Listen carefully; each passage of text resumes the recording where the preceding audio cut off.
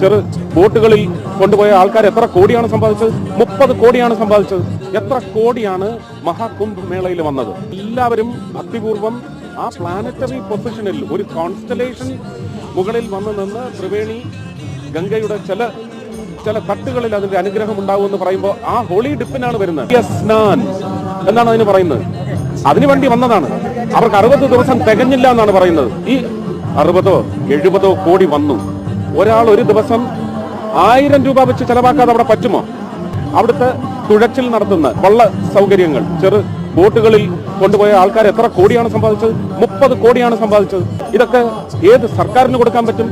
അപ്പൊ അങ്ങനെ ഒരു ഭക്ത സമൂഹം വന്ന് UP-യുടെ ഒരു GDP ഉയർത്തിയിട്ടുണ്ടെങ്കിൽ അത് രാജ്യത്തിന്റെ GDP-യിലേക്കാണ് വന്നു ചേരുന്നത്. രാജ്യത്ത് വിവിധ മതക്കാർ, ആചാരക്കാർ അവരെല്ലാം ആ ചോറുണ്ണാൻ പോവുകയാണ്.